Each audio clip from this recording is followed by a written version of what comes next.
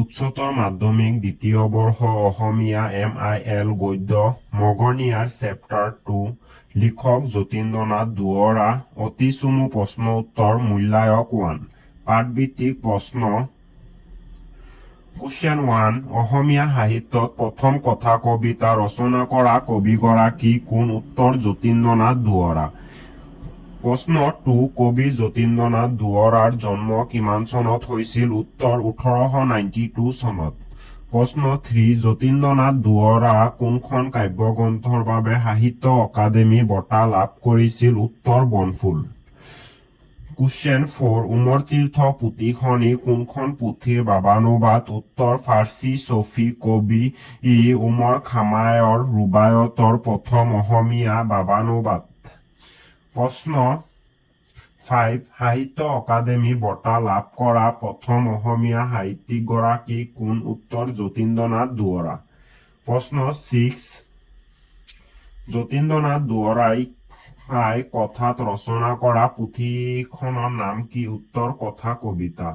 প্ৰশ্ন 7 উমৰ তীৰ্থ কাব্যপুথিৰ মূল কি উত্তৰ ফাৰ্চী ছুফী কবি উমৰ খামায়ৰ ৰুবায়ত প্ৰশ্ন 8 অসমীয়া ভাষাত কথা কবিতা ৰচনা কৰা প্ৰথম গৰাকী ব্যক্তিৰ নাম কি উত্তৰ যতীন্দ্ৰনাথ দুৱৰা প্ৰশ্ন 10 যতীন্দ্ৰনাথ দুৱৰাই ৰচনা কৰা কথা কবিতাৰ পুথিখনৰ নাম কি উত্তৰ কথা কবিতা প্ৰশ্ন 11 কথা কবিতা কোন শতিকাৰ উল্লেখযোগ্য সৃষ্টি উত্তৰ 19 শতিকাৰ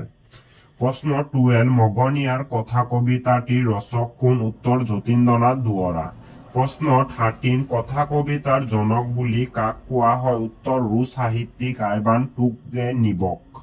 প্ৰশ্ন 18 যতীন্দ্ৰনাথ দুৱৰা অসমীয়া সাহিত্য সভাৰ কোনখন অধিৱেশনত সভাপতিত্ব কৰিছিল উত্তৰ 1955 চনত গুৱাহাটী অধিৱেশনত প্ৰশ্ন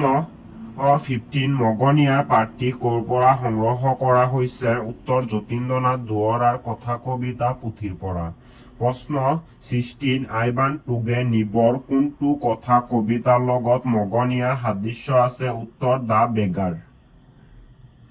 চুমু প্ৰশ্ন প্ৰতিটো প্ৰশ্নৰ মূল্যায়ক 2ৰ পৰা 3 পাঠভিত্তিক প্ৰশ্ন 1 কথা কবিতা বুলিলে কি বুজায় ইয়াৰ দুটা বৈশিষ্ট্য লিখা উত্তৰ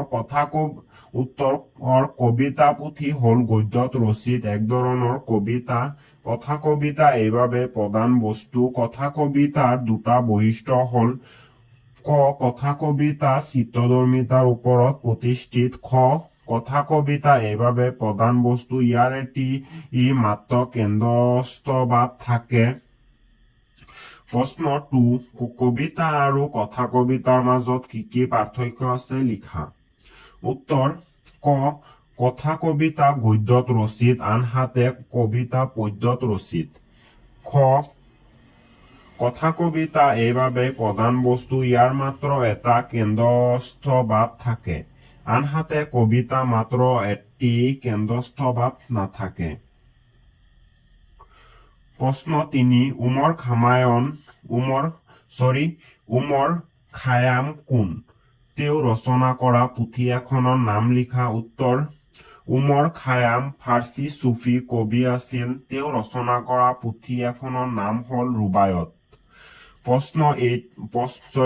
প্ৰশ্ন 4 মগনিয়াৰজনে কবিৰ পৰা কি দান পোৱাৰ কথা কৈছে উত্তৰ কবিয়ে যেতিয়া মগনিয়াৰজনক একো এটা দিব নোৱাৰি তেওঁৰ হাত দুখনক সাৱটি ধৰি কৈছিল ককাই খং নকৰিবা মোৰ হাতত একোৱেই নাই উত্তৰত মগনিয়াৰজনে কৈছিল কি হল একো নাই একো কথা নাই ইয়াৰ কাৰণে অশেষ ধন্যবাদ এও এটা দান প্ৰশ্ন 5 ককাই মোৰ ওপৰত খং নকৰিবা মোৰ হাতত একোৱেই নাই কোনে কি প্ৰসংগত এই উক্তি কৰিছিল উত্তৰ উক্ত উক্তিটো লিখক যতীন্দ্ৰনাথ দুৱৰাই মগনিয়াৰজনক কৈছিল পৰীক্ষাত অহা প্ৰশ্ন প্ৰশ্ন 6 কোনগৰাকী বিদেশী সাহিত্যিকৰ কোনটো কথা কবিতাৰ লগত মগনিয়াৰ সাদৃশ্য আছে উত্তৰ ৰুছ সাহিত্যিক আইভান টুগেনিভক দা বেগাৰ কবিতাৰ লগত মগনিয়াৰ সাদৃশ্য আছে প্ৰশ্ন 7 মগনিয়াৰজনৰ শাৰীৰিক অৱস্থাৰ চমু বৰ্ণনা দিয়া উত্তৰ মগনিয়াৰ পাৰ্টিত মগনিয়াৰজন এজন বেমাৰী বুঢ়া মানুহ আছিল বুঢ়া বেমাৰী মগনিয়াৰজনৰ গাৰ হাড় ছাল ওলোৱা হেতা সুত চকু দুটা ৰঙা আৰু গাত ফটা কাপোৰ পৰিধান কৰি আছিল মগনিয়াৰজনে দুহাত মেলি অতি কাতৰ মনে কবিৰ পৰা অকণ সহায় ভিক্ষা মাগিছিল প্ৰশ্ন 8 যতীন্দ্ৰনাথ দুৱৰাই ৰচনা কৰা পুথি দুখনৰ নাম লিখা উত্তৰ উমৰ তীৰ্থ আপোন সুৰ বনফুল মিলনৰ সুৰ মৰমৰ সুৰ ইয়াৰ পৰা দুটা লিখিলেই হ'ল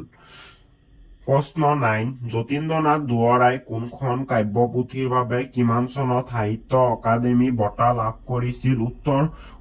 বনফুল 1955 চনত প্ৰশ্ন 10 উষা আৰু উমাল শব্দৰ অৰ্থ কি উত্তৰ উষা উফন্দি উঠা ফুলি উঠা উমাল ৰুমাল প্ৰশ্ন 11 যতীন্দ্ৰনাথ দুৱৰাৰ কেতিয়া আৰু ক'ত জন্ম হৈছিল উত্তৰ 1892 চনত শিৱসাগৰৰ আমোলাপট্টিত প্ৰশ্ন 12 কোন দুজন লিখকৰ ৰচনাক